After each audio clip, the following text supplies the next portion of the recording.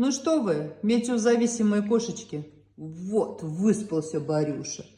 Мурань, как у тебя дела? Как дела у девочки? Спали весь день, да? Спали.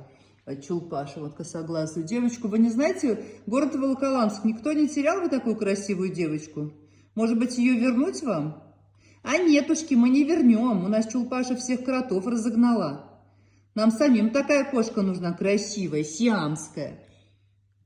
Или сиамская, или невская маскарадная, или тайская, непонятно. Просто красивая девочка, скажи.